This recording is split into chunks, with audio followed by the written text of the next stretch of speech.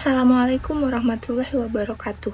Perkenalkan, saya Gevira Muti Almeida dengan NIM 2307357 dari kelas 2B Program Studi Pendidikan Manajemen Perkantoran Universitas Pendidikan Indonesia.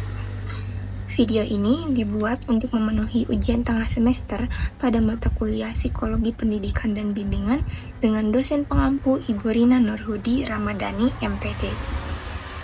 Dalam video ini, saya akan mencermati kasus-kasus yang ada dalam artikel website, di mana saya akan mengidentifikasi masalah dari kasus-kasus tersebut, menganalisis mengapa kasus tersebut bisa terjadi, mencari faktor-faktor penyebab masalah tersebut, dan membuat rekomendasi solusi serta alternatif solusi untuk masing-masing kasus tersebut, yang kemudian akan saya kaitkan dengan teori-teori psikologi yang telah saya pelajari sebelumnya.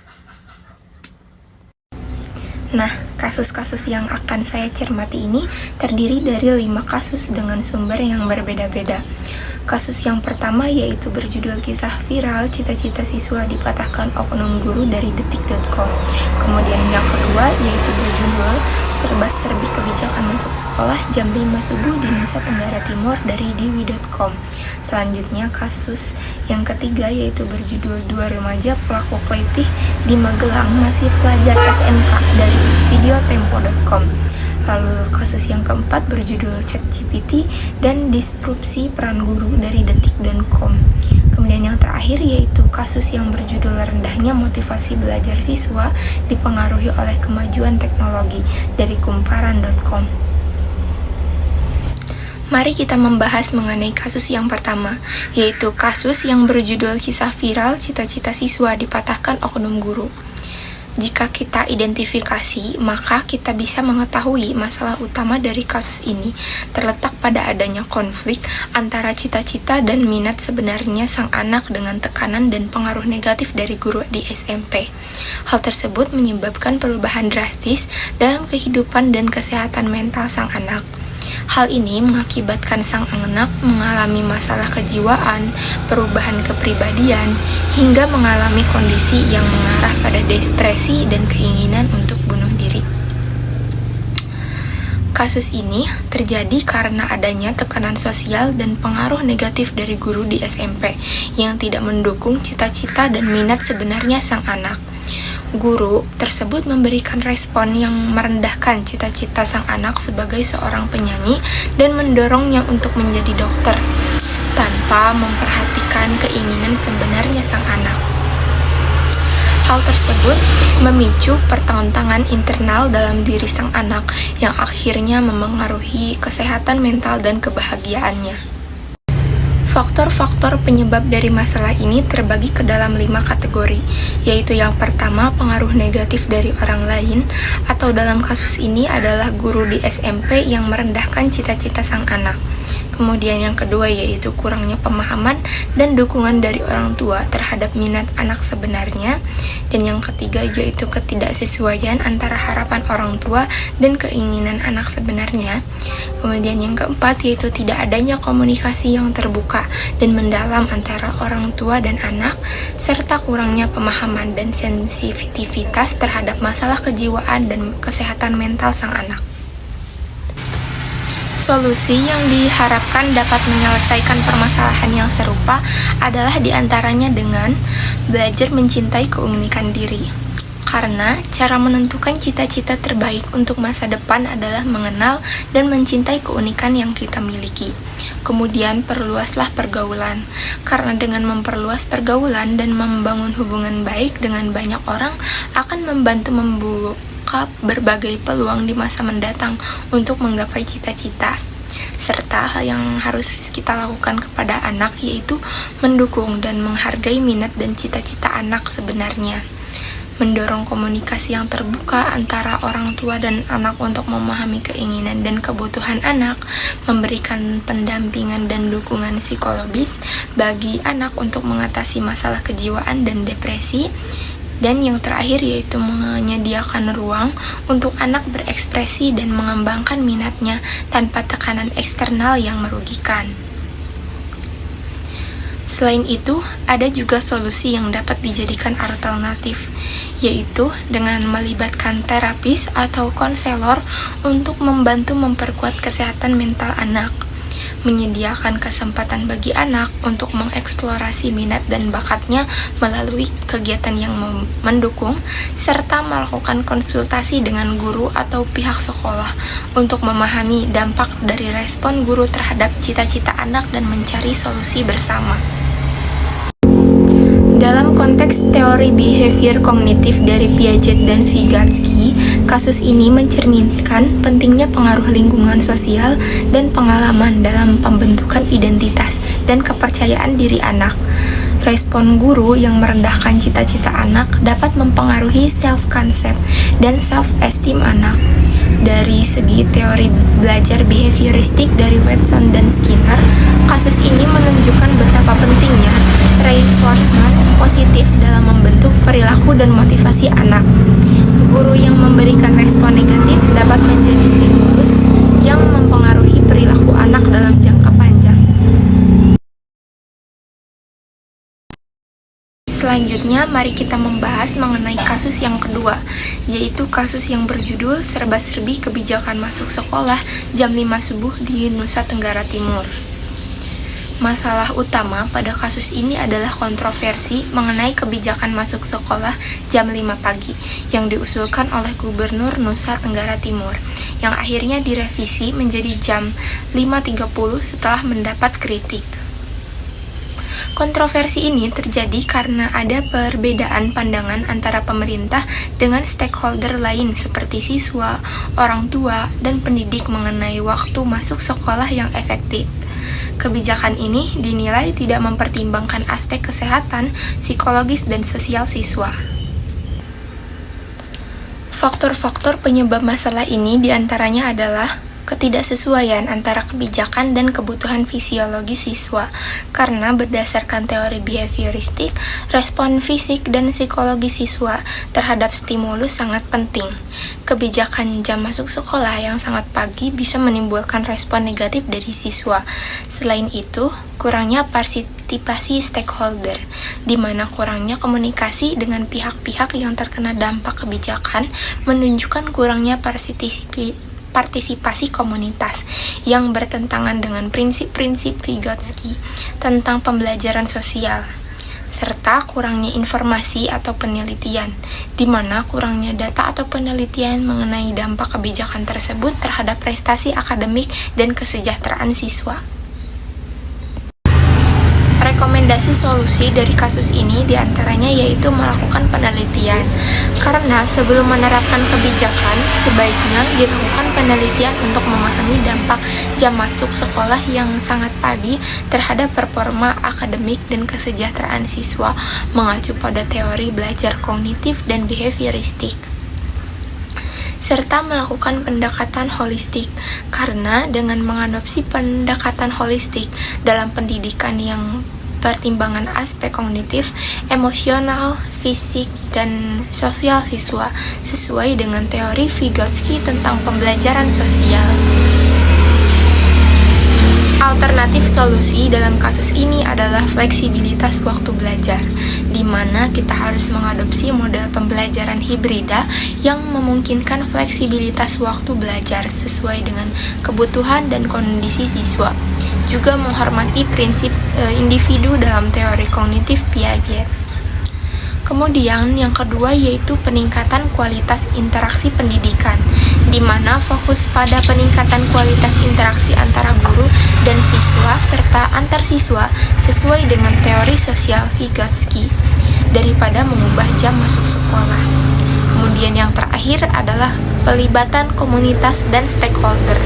Dengan melibatkan secara aktif komunitas sekolah, termasuk siswa, guru, dan orang tua dalam proses pengambilan keputusan terkait kebijakan pendidikan untuk memastikan bahwa kebijakan tersebut sesuai dengan kebutuhan dan kondisi lokal.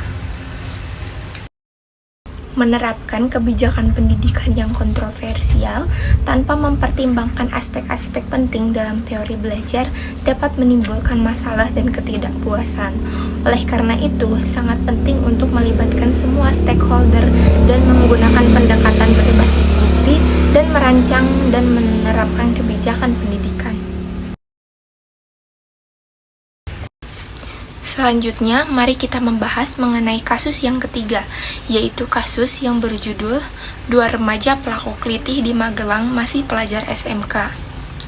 Masalah dari kasus tersebut adalah tindakan kekerasan yang dilakukan oleh pelaku dengan membawa senjata tajam, mengancam orang lain dan merusak properti orang lain.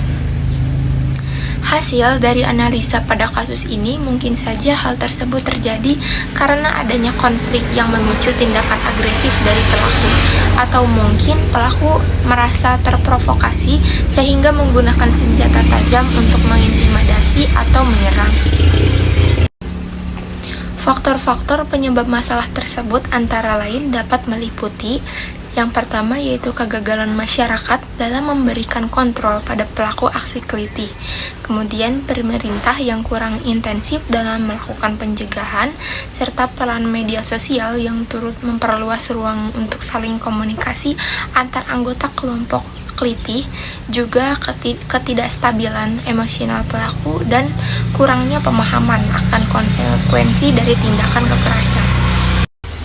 Rekomendasi solusi pada kasus ini adalah dengan memberikan pendidikan dan sosialisasi mengenai penyelesaian konflik secara non-kekerasan terhadap masyarakat, terutama kepada kelompok remaja yang rentan terlibat dalam tawuran, serta dengan meningkatkan pengawasan dan penegakan hukum terhadap pemegang senjata tajam untuk mencegah penyalahgunaan dan kekerasan. Kemudian ada solusi yang dapat dijadikan alternatif adalah diantaranya dengan melakukan program rehabilitasi bagi pelaku kekerasan agar bisa memahami konsekuensi dari tindakan agresif mereka, serta membangun forum dialog antara pihak yang berselisih untuk menyelesaikan konflik secara musyawarah dan mufakat dengan bantuan mediator atau lembaga yang berwenang. Fenomena kelitih dapat dijelaskan melalui teori tahapan perkembangan psikososial Erikson, lebih tepatnya pada tahap perkembangan identity versus confusion yang terjadi pada rentan usia 10 sampai 20 tahun.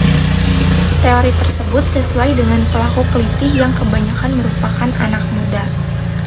Dalam konteks teori belajar kognitif, pelaku mungkin memiliki pemahaman yang terbatas mengenai konsekuensi tindakan kekerasan mereka. Dalam pendidikan dan sosialisasi yang tepat, mereka dapat mengembangkan kognisi yang lebih baik terkait penyelesaian konflik yang lebih positif. Teori belajar behavioristik juga menekankan pentingnya pengawasan dan penegakan hukum sebagai stimulus eksternal untuk mengubah perilaku kekerasan tersebut. Selanjutnya, mari kita membahas mengenai kasus yang keempat, yaitu kasus yang berjudul ChatGPT dan disrupsi peran guru. Kasus tersebut menyoroti beberapa masalah utama dalam dunia pendidikan terkait dengan penggunaan ChatGPT, yaitu kecenderungan generasi Z menggunakan ChatGPT sebagai jalan pintas dalam menyelesaikan tugas yang dapat mengurangi kemampuan eksplorasi dan pemahaman mendalam materi, serta ancaman terhadap peran otoritas guru sebagai sumber informasi dan pembimbing karena murid mungkin lebih mengandalkan ChatGPT. Kasus ini terjadi karena beberapa alasan. Yang pertama yaitu karena perkembangan teknologi, di mana kemajuan teknologi informasi seperti AI menawarkan kemudahan dan efisiensi yang tidak selalu diikuti dengan panduan penggunaan yang etis dan bertanggung jawab. Yang kedua, yaitu karena budaya instan, di mana generasi saat ini tumbuh dalam lingkungan yang menuntut kecepatan dan kemudahan akses informasi, yang seringkali mendorong pencarian jalan pintas tanpa proses belajar yang mendalam. Lalu yang ketiga, karena kurikulum dan metodologi pengajaran, di mana sistem pendidikan yang tidak cepat beradaptasi dengan perkembangan teknologi dan kebutuhan siswa modern, sehingga metode pengajaran tradisional mungkin kurang efektif dalam mengatasi tantangan baru. Dan yang terakhir adalah karena kurangnya literasi teknologi dan etika. Kurangnya pemahaman tentang cara menggunakan teknologi secara etis dan bertanggung jawab, termasuk ke dalam konteks akademik. Faktor-faktor penyebab masalah pada kasus ini terbagi ke dalam beberapa hal, yaitu diantaranya kurangnya pembelajaran berbasis kritis dan analitis, yang mana metodologi pembelajaran yang kurang menekankan pada pengembangan keterampilan kritis dan analitis. Selain itu, akses mudah dan kemudahan penggunaan AI, di mana kemudahan akses ke teknologi AI seperti ChatGPT tanpa pengawasan atau panduan yang memadai. Juga tekanan akademik dan ekspektasi sosial, di mana tekanan untuk berhasil secara akademik dapat mendorong siswa mencari jalan pintas, serta kurangnya pengenalan terhadap etika dan integritas akademik, karena sistem pendidikan yang tidak cukup menekankan pada pentingnya etika dan integritas dalam belajar. Rekomendasi solusi pada kasus ini adalah yang pertama, berupa integrasi etika digital dalam kurikulum, yang mana mengintegrasikan etika digital dan literasi teknologi dalam kurikulum untuk mengajarkan penggunaan teknologi secara bertanggung jawab. Yang kedua, yaitu pengembangan keterampilan kritis. Dalam hal ini menerapkan pendekatan pembelajaran yang menekankan pada pengembangan keterampilan berpikir kritis dan analitis sesuai dengan teori belajar kognitif Piaget dan Vygotsky yang menekankan pada proses pembelajaran aktif dan konstruktif, serta pelatihan guru, karena memberikan pelatihan bagi guru tentang teknologi terkini dan strategi pembelajaran yang dapat mengintegrasikan teknologi secara efektif dalam pengajaran. Selain itu, solusi yang dijadikan sebagai alternatif adalah diantaranya dengan pembuatan platform edukasi berbasis AI, yang mana mengembangkan platform edukasi berbasis AI yang dirancang khusus untuk mendukung proses belajar dengan mengutamakan etika dan integritas akademik. Selain itu, dengan meningkatkan pengawasan akademik, di mana meningkatkan pengawasan terhadap penggunaan sumber daya digital oleh siswa dengan menggunakan perangkat lunak, deteksi plagiarisme yang canggih seperti GPT-0. Kemudian, yang terakhir yaitu kerjasama dengan orang tua, karena melibatkan orang tua dalam proses edukasi tentang etika penggunaan teknologi dan pentingnya proses belajar yang mendalam. Dalam konteks teori belajar, pendekatan ini mendukung teori belajar kognitif yang mengutamakan proses internal siswa dalam membangun pemahaman, serta teori belajar behavioristik yang dapat diterapkan dalam membentuk kebiasaan belajar yang baik dan etis melalui penguatan positif dan negatif. Selanjutnya, mari kita membahas mengenai kasus yang kelima, yaitu kasus yang berjudul rendahnya motivasi belajar siswa dipengaruhi oleh kemajuan teknologi.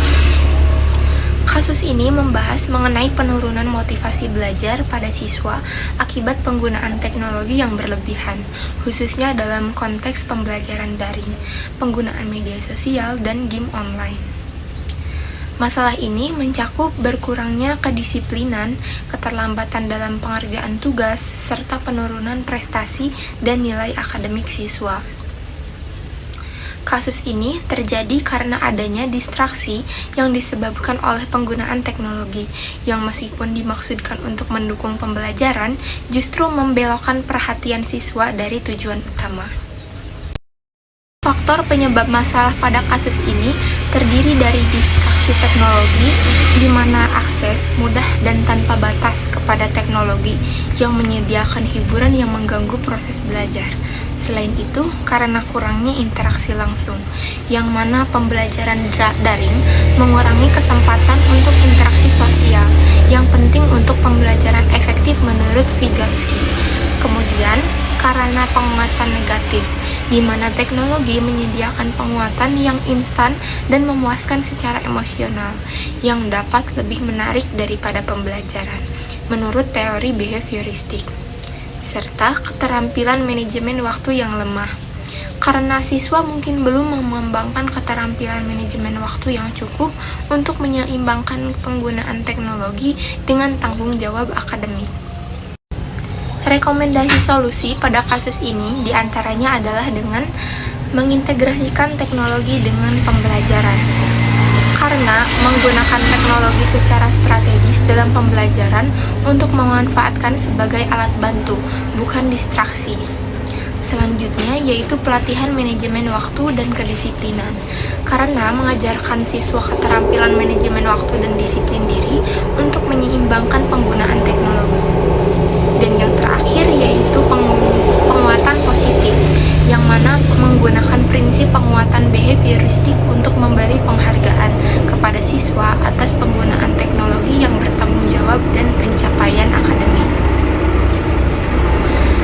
Alternatif solusi pada kasus ini adalah dengan pembatasan teknologi, yaitu menerapkan aturan dan batasan menggunakan teknologi baik di sekolah maupun di rumah. Selanjutnya, meningkatkan interaksi sosial untuk mendorong lebih banyak kegiatan kelompok dan diskusi tatap muka, baik secara langsung atau melalui teknologi, untuk meningkatkan interaksi sosial, serta pelatihan literasi digital. Hal ini itu memiliki tujuan untuk memberikan siswa pelatihan tentang cara menggunakan media sosial dan game secara sehat dan produktif. Mengaitkan dengan teori belajar, solusi dan alternatif solusi ini berusaha mengatasi masalah dengan memanfaatkan pemahaman tentang bagaimana siswa belajar dan bagaimana teknologi dapat memengaruhi proses belajar mereka, baik dari sudut pandang kognitif maupun behavioristik.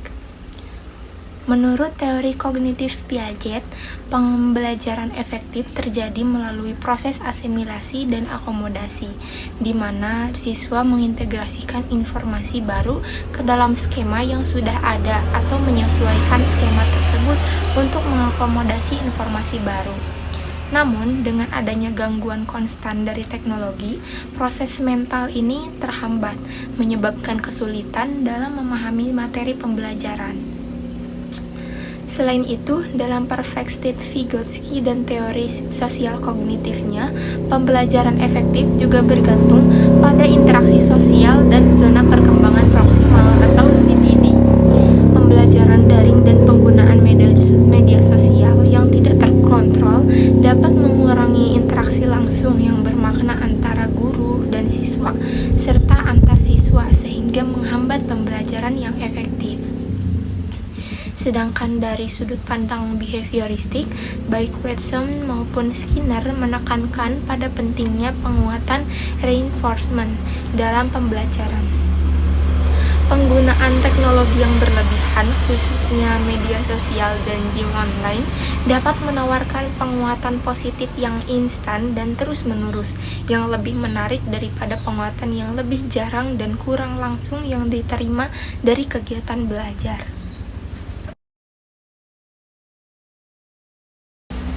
Demikianlah pemaparan saya mengenai kasus-kasus yang telah kita cermati. Saya berharap diskusi ini dapat membuka wawasan dan memberikan inspirasi dalam menangani berbagai situasi serupa di masa depan. Terima kasih atas perhatiannya. Wassalamualaikum warahmatullahi wabarakatuh.